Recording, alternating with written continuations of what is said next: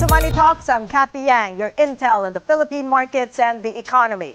In the headlines, a record year for Ecozone investment approvals, even as foreign direct investment numbers collapse.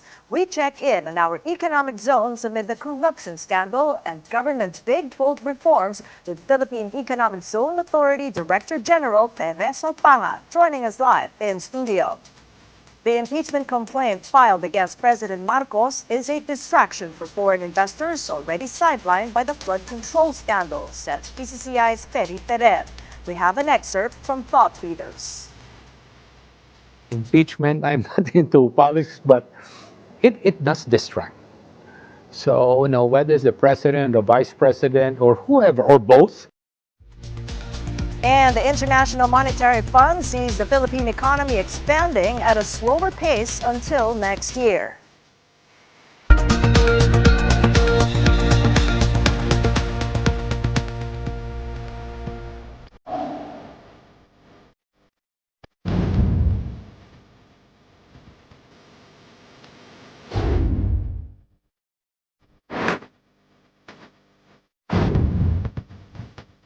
Former Senator Bong Revilla has surrendered to authorities after the Sandigan Bayan issued an arrest warrant against him and 6 others over a flood control project in Pandi, Bulacan. Revilla arrived at Camp Crame shortly before 9 p.m. on Monday, accompanied by PNP Acting Chief Lieutenant General Jose Nartates Jr. This is Revilla's second time to be detained, the first being in 2014 when he was implicated in the pork barrel scam. The Sandigan Bayan found probable cause to arrest Revilla and 6 DPWH officials over a 92.8 million peso flood work in Pandi, Bulacan, which investigators tagged as non-existent.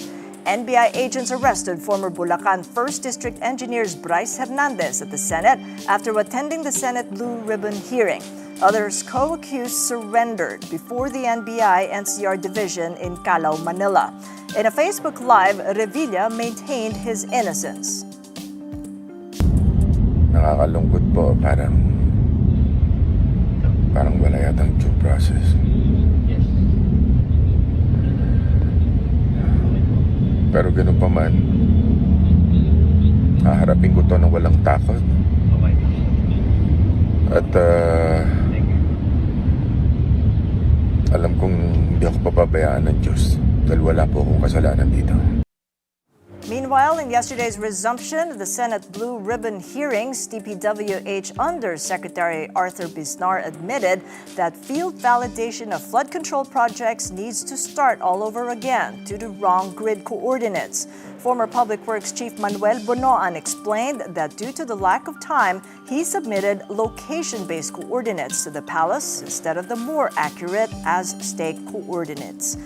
DOJ Acting Secretary Frederick Vida, for his part, said of the 421 projects initially tagged as ghost, only 14 are truly non-existent. While Senator Ping Lacson had something to say to his committee's critics right at the top of the hearing. As the chairman of this committee, I say to you, shut the F up. Your noise will not silence the truth. Neither does it provide any help in our investigation. Your noise cannot convict and won't even indict the malefactors in this flood control mess. Only evidence does.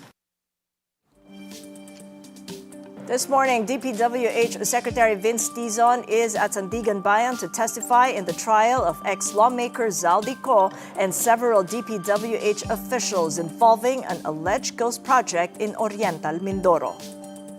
The Philippine economy may expand at a slower pace until next year as global uncertainty and the corruption scandal continue to weigh on growth. In its latest World Economic Outlook, the International Monetary Fund now sees Philippine GDP growing by 5.6% this year. While that's within the government's 5 to 6% target, it is slightly below its earlier estimate of 5.7%. The multilateral lender also trimmed its 2027 growth forecast to 5.8% from 6%. It cited weaker capital investment and spillover effects from a slower 2025 outlook, which is now pegged at 5.1%. The downgrade follows weaker growth in the third quarter when GDP grew by 4%, the slowest in over 4 years. That's amid slower government spending tied to the flood control corruption scandal and climate-related shocks. Looking ahead, the IMF expects growth to rebound to 6% by 2028, driven by strong consumer demand, higher investment, and continued policy support.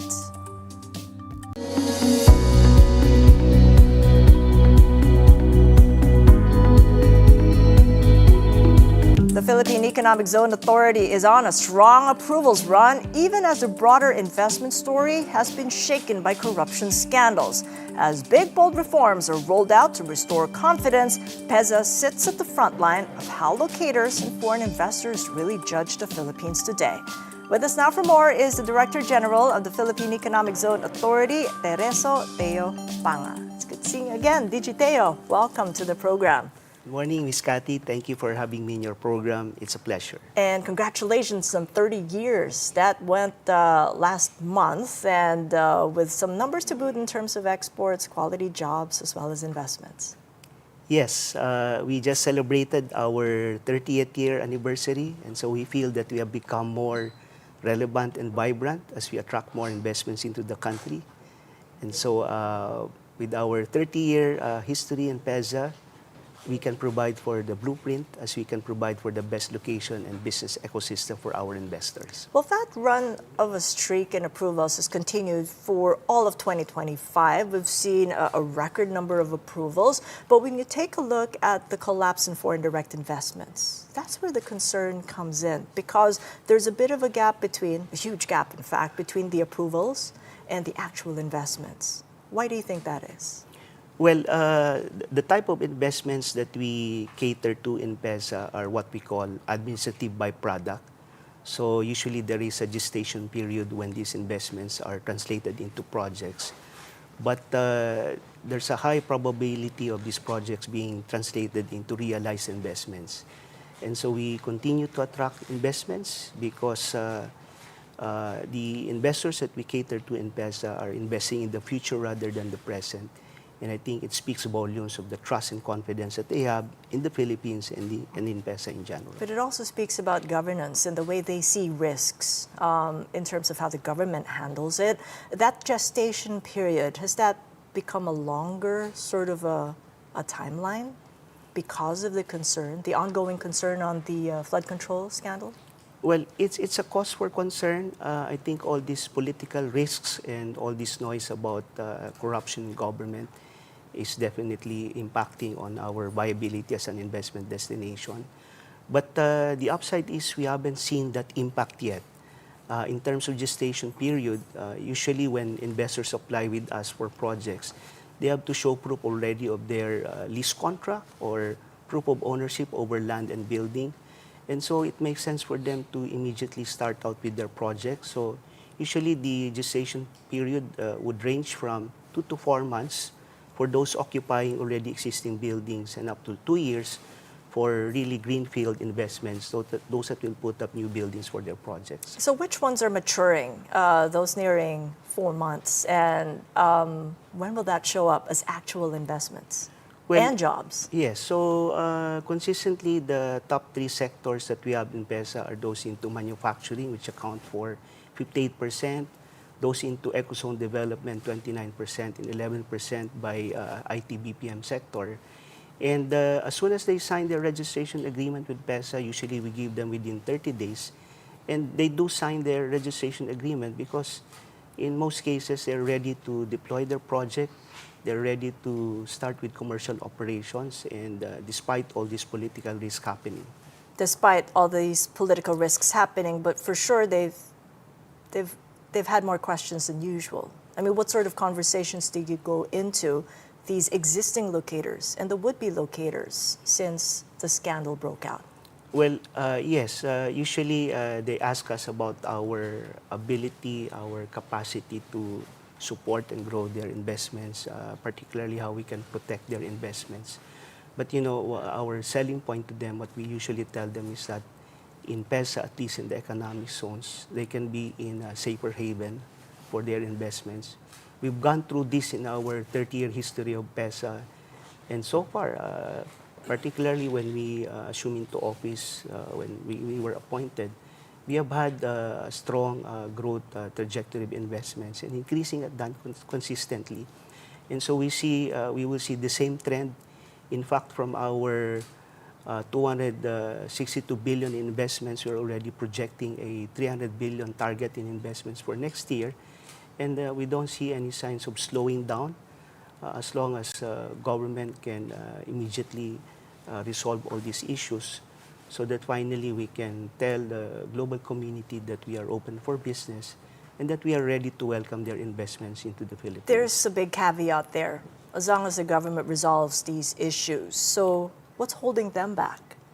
Well, we can see from the pronouncements of the president, from the cabinet, that they're well-meaning with their resolve to finally put an issue closure to this. And only when we can hold people, those really responsible for this mess, to be accountable for their actions, can we show the Filipino people and the global community that we mean well when we say that we will put an end to this corruption, and that more importantly, we can put in the safety nets, all these reforms, so that finally we can have a corruption-free government in So the that's Philippines. what you're getting from the locators. Yes. They want to see a resolution. Is it the existing ones or the new ones, the prospective locators? They're more particular about the flood control projects, but anything that has to do with improving ease of doing business, anything that has to do with better governance, I think can be a more effective tool in attracting investments more than the fiscal incentives. Well, let's dive into the big, bold reforms, because that came through from January 16th. And just to look at the 4 initiatives here, they include restoring the CARS program, that's one, visa entry for Chinese visitors for 15 days, the BIR's new digital audit, and a single window platform at customs to cut the trade bottlenecks. Mm-hmm. What sort of initial reaction have you had from the locators so far on these initiatives? Well, these are all obviously bold reforms, and these are all welcome development to our ecozone community of investors. I think foremost is how we can get our acts together in government. We now have this create more law in effect, which allows us to grant the most generous fiscal incentives for investors. But unless we are consistent and harmonized with how we implement the law, then that's the only way we can really grant the fiscal incentives as promised in the law and in our registration agreements with PESA. Exactly. It's all in the execution. As you say, it's more than just fiscal incentives. Yes. So with these reforms and trying to get that act together, how is PESA going to help and ensure that, it's a seamless transition from what they see as governance risk to, let's start doing business again with the Philippines? Well, yes. So as we always say it in PESA, we cannot do this alone. And so we reach out to our partner agencies. Usually we engage with them through a MOA. Which ones? Like the likes of DNR, we have MOA with Bureau of Customs, with the Bureau of Immigration. Those agencies that really deal with us closely in facilitating permits and investments of our investors. And the other way is we're investing a lot in automation. I think we're among the very few in government that have already rolled out cashless and paperless transaction system. And so by engaging with other agencies to do the same, we can really enhance some more our ease of doing business and our facilitation of investments and permits. In fact, I spoke with Perry Ferrer of PCCI just about 24 hours ago, and more than ease of doing business, it's ease of operating business here in the Philippines. I've also spoken with Diwa Ginigundo. He's the former deputy governor of the Bangko Sentral, and he's also now the principal advisor for Global Source Partners. And I did ask him, would these 4 move the needle? And this is what he had to say. Let's listen in. I think all of this can move the needle, but just a little bit. Because the problem is about governance, it is about corruption. And that is behind the drop in FDI as well as in terms of domestic investment. So in other words, the issue is not just about ease of doing business, ensuring that policies are in place to avoid the corruption. So how do you convince locators then, the current and prospective, that they can trust the process and they're better off trusting the government here rather than the ASEAN? The neighbors are also providing the same fiscal incentives, the same kind of perks. Yeah. What makes us different? Well, if we look at the bold reforms being presented by government, I would say that these are really very effective reforms. These are new reforms being introduced to our investors. And I would say that this will help us a lot in attracting more investments into the country. I think how we are different from the rest of ASEAN is because in the case of PESA, we've long been into these eco zones. Actually, not just with PESA, 30 years in history, but predating us is the EPSA, way back in 1969. So we have the blueprint. We know we have what it takes to protect and grow their investments into the country. And so that is our value proposition for our investors. In PESA, there is only one government in the economic zones, and so it helps a lot in facilitating their investments. Very quickly, what is it going to mean for jobs? You've mentioned a projected increase in actual investments. What is it going to mean for the workers? Well, these investments that we attract, once these are realized, this will then translate into generation of the much-needed jobs, especially not just in terms of numbers, but quality jobs.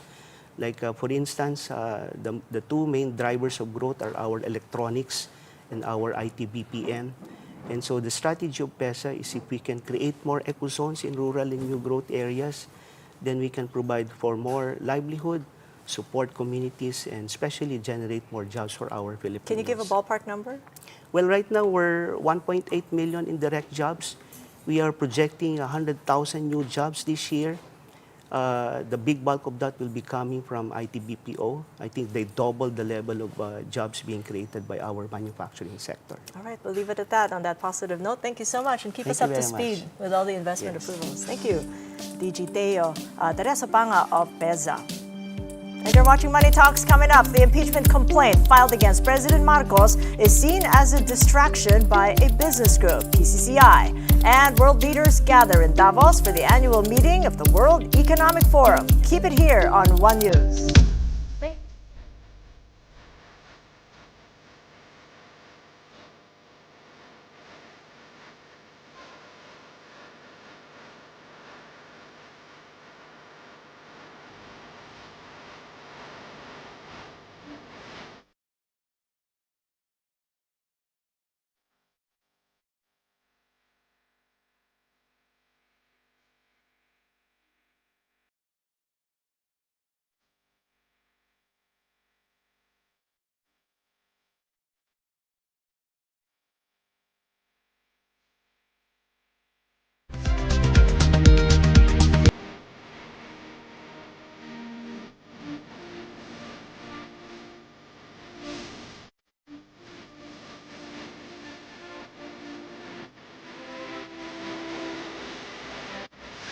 Welcome back to Money Talks. I'm Cathy Yang. Malacanang says it recognizes democratic processes following the filing of an impeachment complaint against President Bongbong Marcos. While the palace is yet to receive an official copy, Palace Press Officer Undersecretary Claire Castro assures they will respect the process and trusts Congress to act with integrity.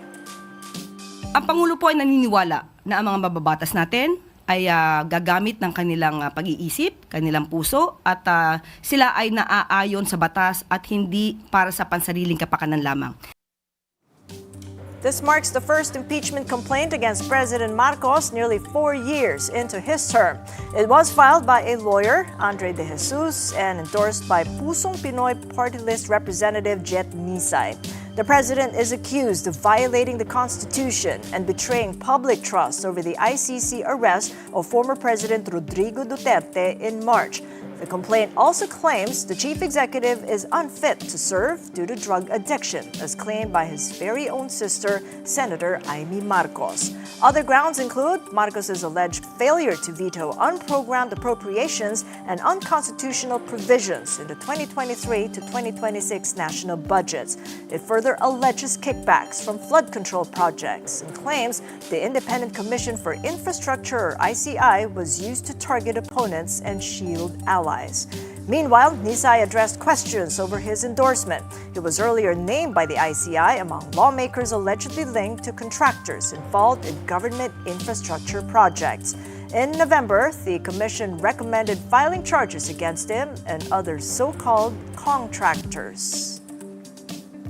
The impeachment complaint filed against President Marcos is a distraction for foreign investors already sidelined by the flood control scandal, says the Philippine Chamber of Commerce and Industry. Here's an excerpt of my thought leaders interview with PCCI President Ferdinand Peri Ferrer. Whether it's impeachment on the president or the vice president, for us, let's fix first on what we have. Let's restore the confidence of the Filipinos, then the foreign community. But let's first show the 118 million or 119 million Filipinos that we're going to go through this reform. We're going to build a better Philippines, a transparent and with a roadmap for the future. Impeachment, I'm not into politics, but it does distract. So, whether it's the president or the vice president or whoever, or both, let's just put that aside. I hate to say it's that. out there right now in the news, and what do we tell the foreign investors then? What is the kind of line then that you'd come to them for? I mean, the investment pledges are up, yes, when you check out the eco zones, but they haven't really been realized, and we've seen a collapse in the foreign direct investments last year. There's So a what lot do you of tell them pledges. now? There's a lot of pledges, and if you were a foreign investor and you hear it from the ground from the foreign chambers or very specific country chambers, because before they invest, they check. How are you doing there? And if there's nothing good to say, they're going to put a hold. Because there are other countries also offering very good incentives. We're not the only one. We're after a few of those investments going around now.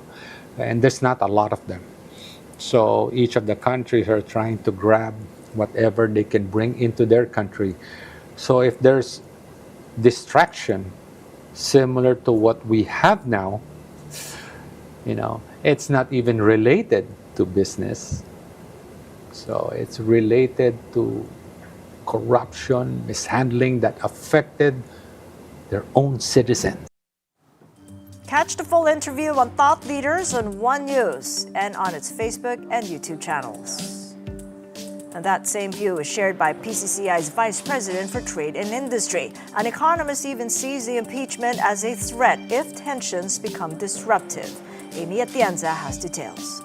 Business groups say the government's big, bold reforms launched recently is a credible step toward rebuilding investor confidence. This comes after multilateral lenders have cut the growth forecast of the Philippines for 2026 and 2027.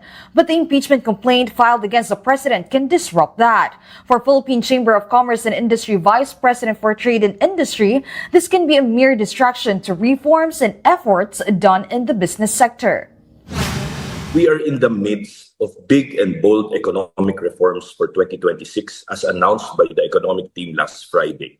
And then first thing in the morning, Monday, you come to us with an impeachment which is nothing but a political exercise. I am not saying na walang kwenta ito, but this will derail any and all economic efforts that both the business sector and the government has been pushing for.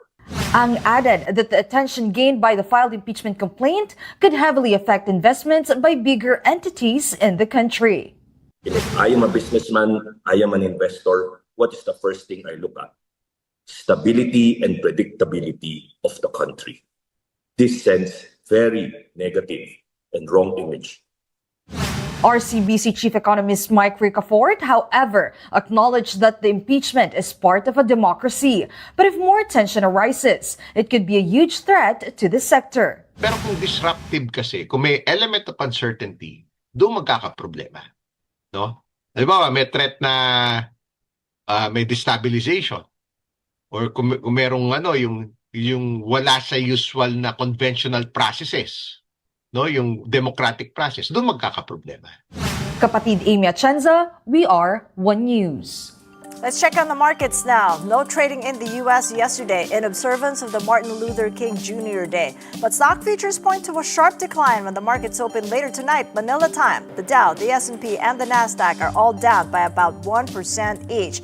Asian markets also in the red this Tuesday. Australia's ASX 200 slipping 0.4%. South Korea's Kospi and Japan's Nikkei 225 both fall by about 1% each. Let's take a look at our own markets. PSEI opens this Tuesday higher by less than 0.1%, 6,441. The stock market slid Monday by 0.4% as investors opted to pocket recent gains. The broader all-shares index fell by 0.2%, with the local counters mostly in the red. Let's take a look at the Philippine peso. Opens today unchanged, 59.44 to the dollar. Peso weakened yesterday by 9 centavos as Trump's fresh tariff threats dented risk sentiment. The 10-year government bond yields ticked up 6.052% from the previous close of 6.048%.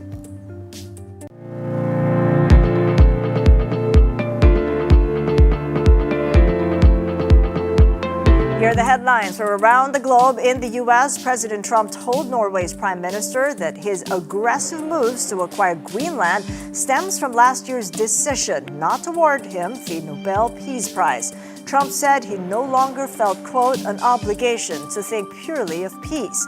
The Peace Prize ultimately went to Venezuelan opposition leader Maria Corina Machado, who gave the medal to Trump during her visit at the White House. The Norwegian Nobel Committee had already stressed that the prize is non-transferable.